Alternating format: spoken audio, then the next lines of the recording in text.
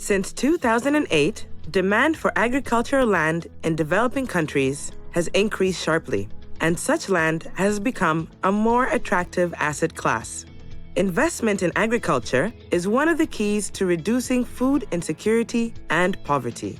It has the potential to benefit local communities by giving small farmers greater access to capital, technology, knowledge, and markets.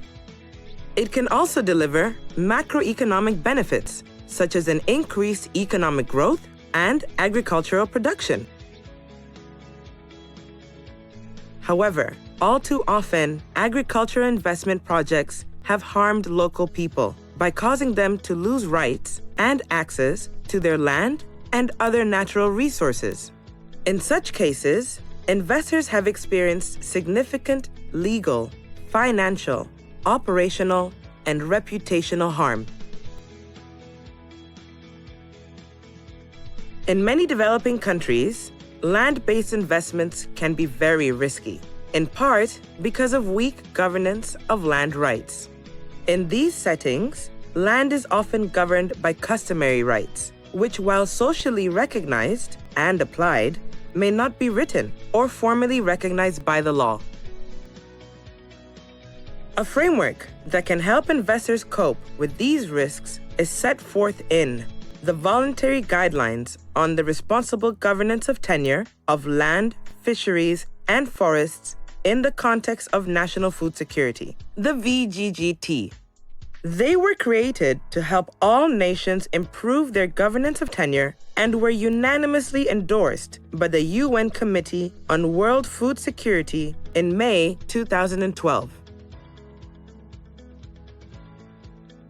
The VGGT also contain important guidance for the private sector with the ultimate objective of achieving socially responsible and financially sustainable investments that respect legitimate tenure rights, human rights, and the environment.